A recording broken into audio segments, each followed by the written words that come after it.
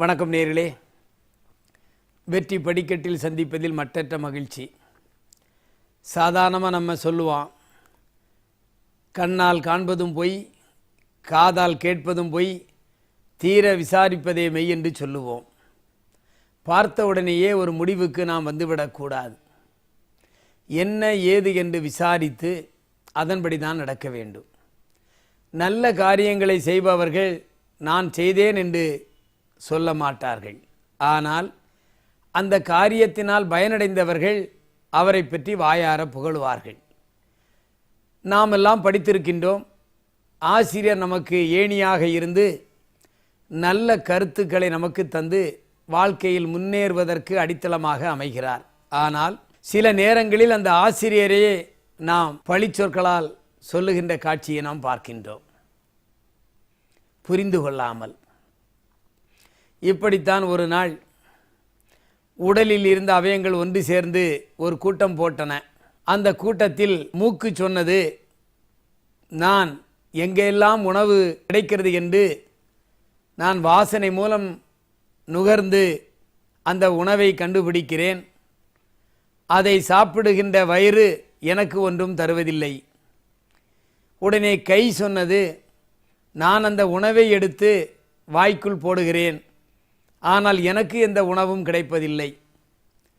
அந்த வாயும் உள்ளே இருந்த பற்களும் நாக்கும் சொன்னது, நாங்கள் அந்த உணவை நன்றாக மென்று சுவை சேர்த்து வயிற்றுக்கு அனுப்புகிறோம், எங்களுக்கு எந்த உணவும் கிடைப்பதில்லை, ஆனால் வயிறு மட்டும் நிரம்ப சாப்பிட்டு விட்டு சந்தோஷமாக இருக்கிறது என்று அவர்களெல்லாம் கூடி, இனிமேல் நாம் இந்த வயிற்றுக்கு ஒத்தாசையுடன் இருக்கக்கூடாது, உணவு எங்கே இருக்கிறது என்று கண்டுபிடிக்கக்கூடாது, அரைத்து உள்ளே அனுப்பக்கூடாது, என்ன நடக்கிறது பார்ப்போம் என்று அவர்களெல்லாம் கூடி ஒரு முடிவெடுத்தன. வயிற்றுக்கு உணவு போகாததினாலே அங்கே ஜீரண சக்தி இல்லை, பலம் இல்லை, கண்ணெல்லாம் பஞ்சமடைந்தது, கைகால்களெல்லாம் ஓய்ந்தன, நாக்கு பேச முடியாமல் குளறியது. புரியாமல் அவர்கள் செய்தார்கள். மத்தியில் இருக்கிறது என்பது வெளியே தெரியாத ஒன்று, மத்திய அரசு போல. ஆனால் அங்கே இருந்து வருகின்ற மானியம் மற்ற மாநிலங்களுக்கு சென்றால்தான் அங்கே வளமாக இருக்கும். மத்தியிலே இருக்கின்ற வயிறு தானே சாப்பிடுகிறது என்று சொல்லி மாநிலங்களே இருந்து மத்திக்கு போக வேண்டிய வருவாயெல்லாம் போகாவிட்டால் அங்கே மத்தியில் இருக்கின்ற அரசும் கெட்டு மாநிலத்திலே இருக்கின்ற அரசுகளும் கெட்டுவிடும்.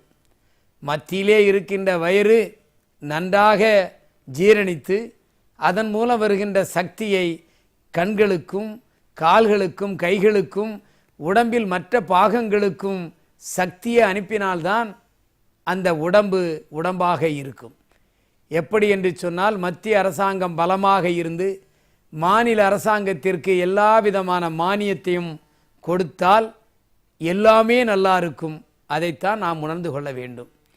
சில நேரத்தில் மத்திய அரசை எதிர்த்து நாம் சொல்லலாம், மத்திய அரசு இல்லாமல் நாங்கள் வாழ்ந்து காட்டுவோம் என்று சொல்லலாம். அது எப்படி என்று சொன்னால், வயிறு இல்லாமல் கண்கள் வாழ்ந்து காட்டுவது போல், வயிறு இல்லாமல் நாக்கு வாழ்ந்து காட்டுவது போல் ஆகிவிடும். எனவே வாழ்க்கையில் நாம் எல்லாம் ஒன்றாக சேர்ந்தால்தான், விட்டு கொடுத்து பழகி ஒன்று ஒன்றுக்கு இணையாக சேர்ந்து வாழ்ந்தால்தான் வாழ்க்கை. மத்திய அரசும் மாநில அரசுகளும் ஒன்று சேர்ந்து செயல்படுகின்ற பொழுது இந்திய நாடே வளமுடைய நாடாக மாறும். கண்களும் மூக்கும் வாயும் பற்களும் நாக்கும் எல்லாம் சேர்ந்து அங்கே உணவை வயிற்றுக்குள் அனுப்பினால், வயிறு மத்திய அரசு போல் இருந்து அதை ஜீரணித்து எல்லா பாகங்களுக்கும் சக்தியை அனுப்புகிறது. எனவே வாழ்க்கையில் நாம் ஒன்றுபட்டு வாழ வேண்டும். ஒருவருக்கொருவர் விட்டு கொடுத்து வாழ்க்கையில் வெற்றி பெற்றால் அந்த வெற்றி நிலையான வெற்றியாக இருக்கும். அந்த வெற்றியை நீங்களும் அடைய வேண்டும் என்று சொல்லி, வெற்றி படிக்கட்டில் தினமும் காலை 7 மணிக்கும் இரவு 7 மணிக்கும் சந்திக்கின்றேன். நன்றி, வணக்கம்.